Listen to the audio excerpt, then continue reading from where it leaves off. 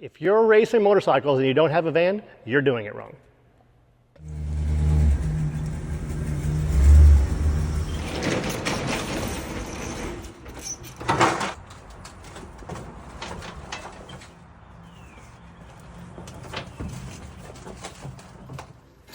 Hey Shane, thanks for having me up here. Hey, great to have you. Yeah. Tell everybody where we are, what this is called. This is the Iredell Station Schools Automotive Technology Center. This is basically the high school auto shop for all of Iredell County here in North Carolina. This is not a normal high school auto shop. No, there's a lot of even car dealerships that aren't as nice as this place, and we've evolved over the years. It's cool. A pretty big, pretty nice place. I would have never dreamed to work in a place this nice. So Shane is one of my oldest flat track racing buddies here. When I moved to North Carolina, we sort of immediately became fast friends, and we've been hanging out now for about 15 years. Those of you that watch the channel, much of what you see go on has had Shane touch it on my race bikes, particularly on my van. Has really kind of helped me out to get that to the way that it is now. And we've shown you little teasers of that throughout the years. But the unique thing we have here today is you built 4 of these. Mine was the last one. Yeah, yours was the latest one. Probably not the last one. Yeah, probably not. Maybe hopefully the last one. But, yeah. But anyway, yeah, we've done a lot of it over the years. So we've got all 4 of them. All 4 here in the same spot. Thought it'd be a fun time to sort of stir the pot with my, agitating propaganda that you're doing it wrong. But we're all buddies here, and in the spirit of fun and education, we've done it all the wrong way previously, and that's kind of how we got here. So we'd like to share with you how we got to where we got, show you some of the financials. We'll build a spreadsheet and see people have some justifications as to why they do it their way, and we've done the math. We've done the Ford diesel pulling the trailer, we've done the gas burner van, we've done the diesel van, and we'll kind of show you the hard numbers there. Yep. And I'm not really sure that the money is really the big factor. The convenience of it, and just having everything right there, and everything really makes it nice. So we'll go through the first generation van that was bought brand new. Yep. And then the 3 since then were done kind of progressively more value, because mine actually was the cheapest one. Yeah, it really is. Yep. So you don't need, a $60,000, $70,000, $80,000 van to start with. No. In fact, you can buy a good used Boxvan from U-Haul or Penske or somewhere like that that's been, put out of the fleet and still have a nice race van with a lot of years of operation. Especially if you got Shane Fox's phone number. Yeah. I think everybody's already got it too. It rings a lot. Yeah, this is our second take because everybody's phone's ringing. Yeah. All right, cool deal. So before we actually look at the vans, let's talk about sort of the wrong way we've done it. I've raced out of a pickup truck or pulled a trailer. Or what are some of the ways you've raced that weren't the right way necessarily? I mean, I've done probably the most small budget thing I ever did was a 3-rail trailer behind a 82 Honda Accord. Mm-hmm. And that was all fine and good till the strap broke one time, and I drug my motorcycle down Interstate 77. Only one strap broke, and so it wedged under the trailer. And it wreaked havoc on a That's not dirt unusual, bike. Is it? No. No. We were in a Volkswagen bus pulling a trailer, and I remember kind of dozing off in the desert heat, and out of the corner of my eye, I saw a trailer pass us off the road and then dig the tongue in and then endo, and so kind of check that off the list of good ideas. Oh yeah. We'll probably talk some more about the Ford diesel truck and the V-nose trailer. That's a real popular option that fits in people's lifestyle. We're going to make some arguments against that, but again, if that's what you got and that's what you got to use to get to the racetrack, we're not discouraging you. Just want to kind of show you how we got to where we are. So then we advanced to what we call the stretch van, the full-size van with the extended wheelbase. Yeah, GM and Dodge. Pickup trucks, and then from the pickup truck to the stretch vans. And I actually had a diesel extended wheelbase, a GM van, and then the Dodge and Ford extended off the rear on those. Yeah, I'm not sure it made that big of a difference. I think the Chevrolets handled a little bit better when you had them loaded because of the not so much hanging over the back end. But. Yeah. I usually made up a lot of time with cloverleaf compared to my Ford buddies. feather those front tires a bit. Now, then eventually, you know, back when I was my late teens, early 20s, in my first pro days, the king of vans was the Boxvan. The factory guys had that. Yeah. So remember all the factory motocross guys had it. There were no big rigs and stuff, you know. Yeah. I think times have changed and, you know, things have changed around a little bit, but I think maybe they've jumped the shark, they've gone too far, and we'll talk about the niche. So the niche for the Boxvan is, first of all, you're not pulling a trailer. What are some of the downsides of pulling a trailer? I think the downside is, you know, getting in and out of parking lots, sometimes finding a place to park when you get to the racetrack, especially if you get there a little bit late like I tend to do, finding a hole that'll fit in. Then the other downside, I know every year going to Daytona, you see trailers on the side of the road with tires have come apart, ripped the fenders off, wheel bearings going out and stuff like that. And it seems like that stuff happens with trailers more than it does cars and trucks. I don't know why people just neglect them or they set more or whatever, but it seems to be another drawback. And then, you know, if you have to unhook, then you got a potential for somebody to steal your trailer and everything in it. And so just more, you know, stuff to go wrong. Yeah, it seems to attract a little more attention, maybe. The Boxvans, you know, we're sneaky. Oh yeah, I could park just about anywhere. Yeah, we find parking spots and camping spots basically anywhere we want to, and we'll talk a little bit more about that later as to, or maybe we should touch on it now.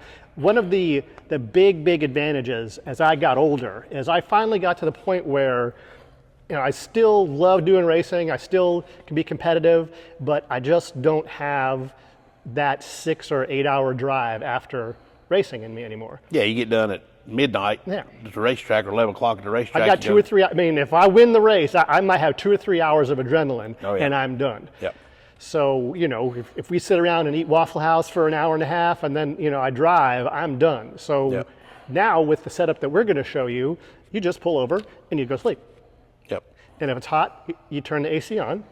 And it's cold, you turn the heat on. But you probably took a nice warm or cool shower beforehand. So all these features we're going to show you, we have that all in a spot where we can park at the Rent-A-Center and basically nobody notices. Yeah, I mean, Walmart, truck stop, just about anywhere. I mean, how many nights have we done this and I haven't had anybody pest me yet?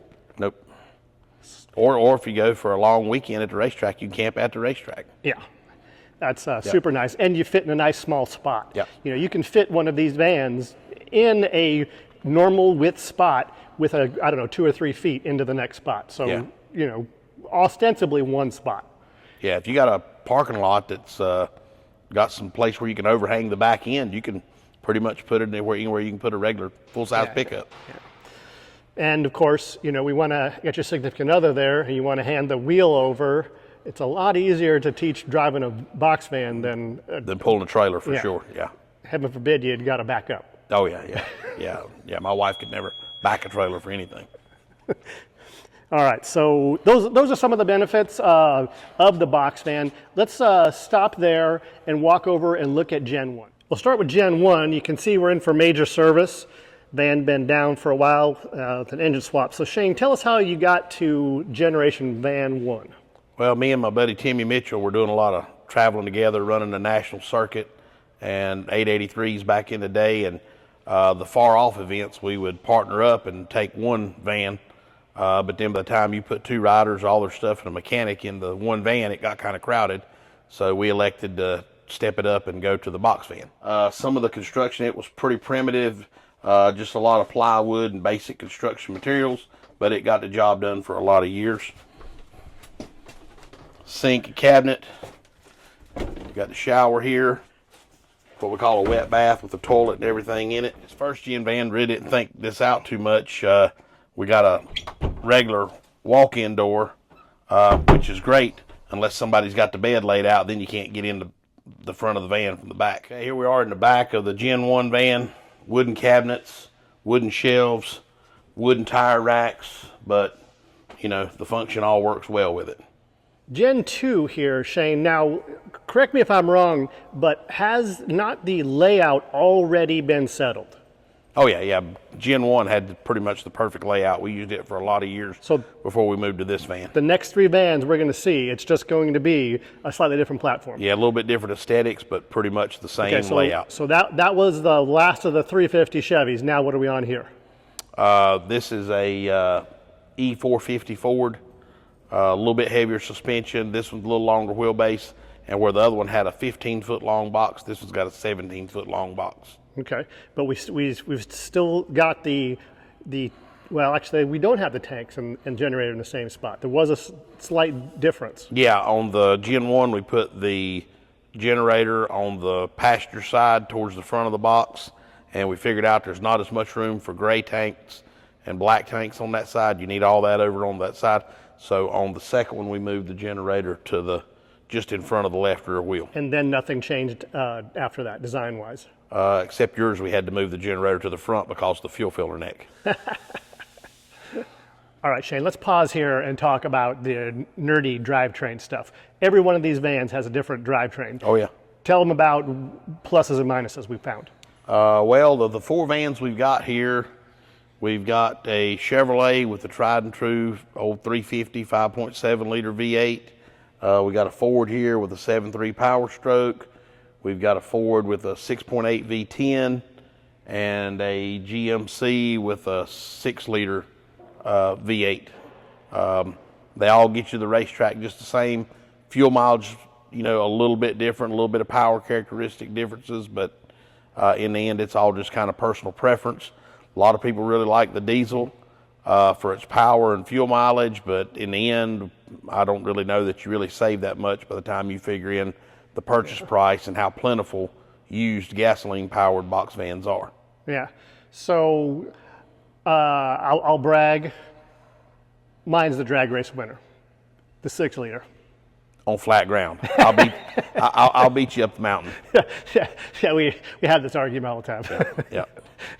So we've actually done the math, as we mentioned before. We're going to tease that again. I think we're going to put up a spreadsheet for you to show a trip that we did to Springfield and kind of show you that it ends up being 6 of one, half dozen of the other. Yeah, it's not a big difference at the end of the day. So all the guys that love, and I know the diesel guys, they love to talk about, the fuel mileage difference, but honestly, choose what you like. Choose what's cheap. Choose what gets you the track. That's what I think. Here we are in the Gen 3 van. A lot of material changes from the Gen 1 van. You can see most everything in here is made out of aluminum.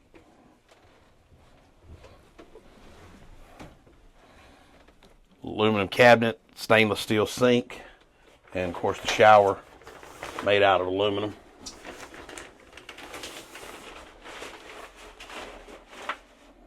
You just get this on the McMaster car? It's kind of a special one-off deal. Well, not really one-off. Yeah, 3-off. And here, unlike the other one, does not have the jackknife sofa just because we already had this bunk in here before when it was turned sideways in another configuration of this van earlier. But we got a top bunk here and then the bottom bunk, and it's got storage underneath the bunk. Why is the bed not sideways? Seems like a lot of the Motovan pages we see, the bed is left to right in the van. Well, if you got the bed this way, then it's hard to walk from the front to the back. And really and truly, when you're at the racetrack, you want to be able to go from the back of the truck to the front of the truck all day, not having to go in and out the driver's door or passenger door to get in and out of the truck. So again, this is just a different way of thinking. This is not the pickup truck trailer. This is an actual house with a race shop in the back. Right. Yep. All right, as I mentioned before, the other van had the swing open door. It would hit the jackknife couch whenever it was out, put the pocket door in, and that completely eliminates that. This van here has the swing open doors. Me personally, I like the swing open doors the best because they'll give you a little bit of storage. You can hang stuff on your doors. Also, it gives you the option to put your cabinets all the way to the top, where if you got a roll-up door, the cabinets have to be spaced down about 4 inches to accommodate where the roll-up door goes up. We're about to see that here in just a second. Yep.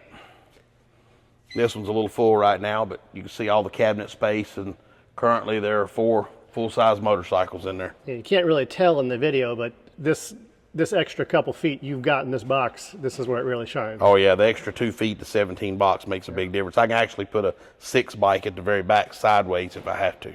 Here we are in the back of the Gen 4 box van. You can see it's got a nice aluminum pull-out ramp. This one does have a roll-up door, so you kind of have to lower the cabinets a little bit to accommodate for the extra clearance. Also, any lights you have to be either on the wall or at the very front of the box. You see we got nice moduline aluminum cabinets, metal wheel rack, aluminum lined walls. Here's my favorite part. I love that click. So one of the things we were just talking about off camera was, we haven't seen these yet, we're going to in a minute, but particularly with this size box van, because the box is what, only 15 foot, yeah. The side storage boxes are critical. This van will not work. You really need those. Yeah. And this van currently is set up for 2 bikes, but I've had 4 in it. Yep. Probably do 5, but let's see, I think that's really the only differences, and we'll show you the box. Let's go ahead and take a look up front here and just look at the latest generation. This does have a little wider doorway than the other ones. And then we kind of went up, put a little style there. Yep, butcher block countertop, moduline cabinet, still the same basic shower configuration though. The aluminum shower really works good. Right here, kind of a neat thing we did on both sides of this truck here. We put these Buyers Premium boxes up under here. Really nice, lots of storage. 24 inches deep, all aluminum, seal off and lock up real nice. We had to do a little bit of custom modifications on these here. These actually are 5 feet long, but you can look up underneath here and see where we actually notched out for the leaf springs and everything, just to take advantage of every little bit of space that we had. So pretty much underneath this truck is all the available space is used up.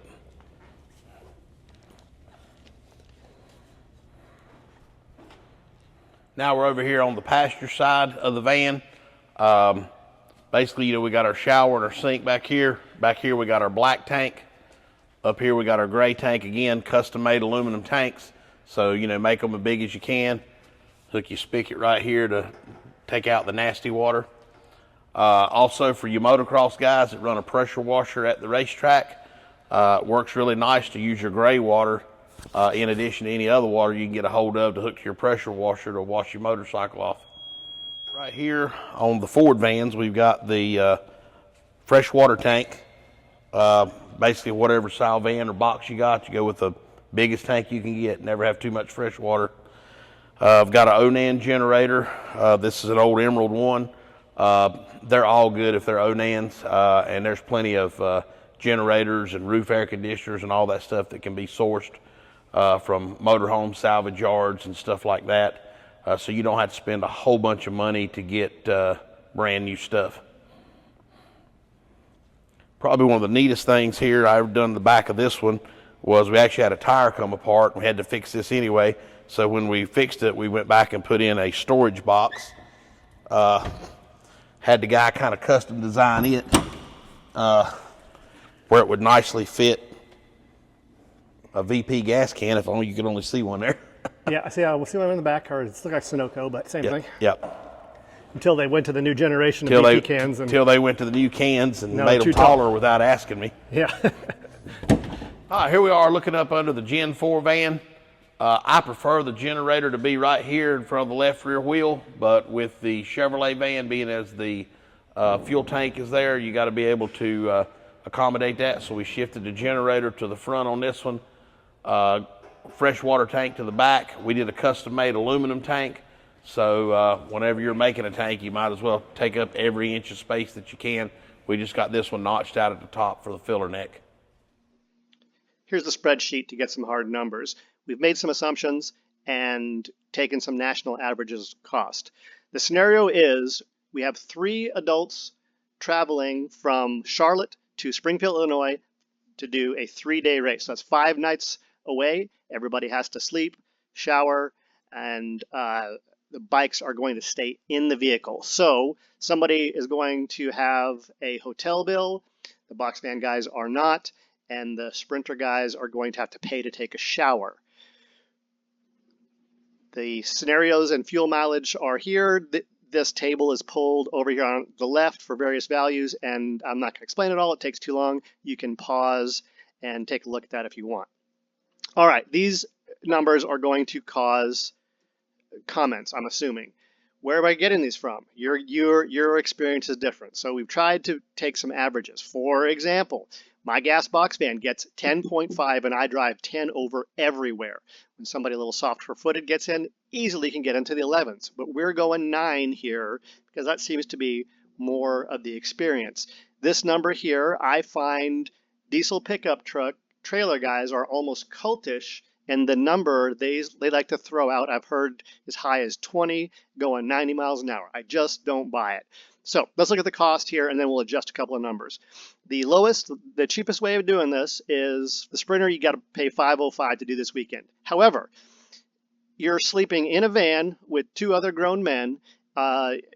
You take a shower only when you're at the truck stop or the campground, and you got to get up in the middle of the night to take a pee, and you're not being able to sleep through the night. So everybody else doesn't have to do that. Boxvan guys are sleeping, showering, and all that stuff in the van itself. This group here, the diesel pickup truck in our scenario, he has to pay for a hotel. So that's where that's coming from. So $990 down to $505. Now, I really, talking to my most experienced racer friend who owns all of these combos, says this is the number. 12 takes this number up to 1142. So, yeah, go ahead and let me have it in the comments down below. All right, Shane, to wrap this up, let's touch on a couple of the bits and pieces that sort of makes this the motorhome version of a van. Okay. Well, obviously, you got a sleeping quarters, you got your shower, you got your sink, you got your toilet, all that good stuff, generator, the roof HVAC system, all that good stuff. Kind of one neat aspect of this whole thing is, I don't know how it is in a lot of other states. Here in North Carolina, you get these things certified by the DMV, and it goes then from being a heavy-duty truck to becoming a motorhome, or as North Carolina calls it, a house car. It's a pretty big savings on your insurance and your license tag every year, so you no longer have to run a weighted tag that's going to cost you $200+ a year.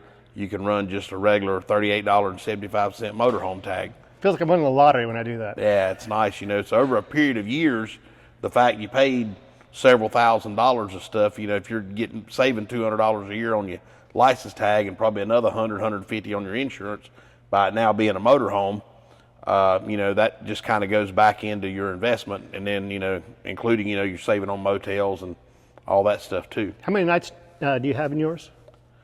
I think since 2016, we're up to a little over 200 nights. Yeah. So you figure $100 and $150 a night for a motel. You know, it don't take long to reach $20,000 right there. And the convenience, you know, just having your hotel wherever you want. Oh yeah, wherever you want to stay, that's where you stop. What are the some of the doodads as far as the parts that we use? You know, the piping, the heater, the water heater, the HVAC, all that. Yeah, try to keep everything really simple. Just use a standard 6-gallon hot water heater from any home improvement store. The plumbing's all done with traditional PEX pipe and, you know, crimp fittings and elbows and stuff like that. We even went as far as doing the red and the blue pipe for the hot and cold water. Use the plumbing stuff like the sink stuff and shower controls from RV. Used generator, used HVAC unit. And I will say on this last one, instead of having just a traditional RV AC unit like we got on the other 3, this has a Dometic Penguin 2 low profile heat pump, and I'll say if one goes out on any of the others, we'll definitely replace it with the heat pump setup. It works a whole lot better. I like the low profile. It keeps the top speed up. Yep, keeps the top speed up. Yeah. All right, man. Well, that's I think that's about all we can say about Boxvans and why we'd like you to consider that for your next motor van. And I don't know, I don't think I missed anything, do you? I think that pretty much covers it. All right, well, Thanks so much for having us, Shane. Yep. Appreciate it. Glad you stopped by.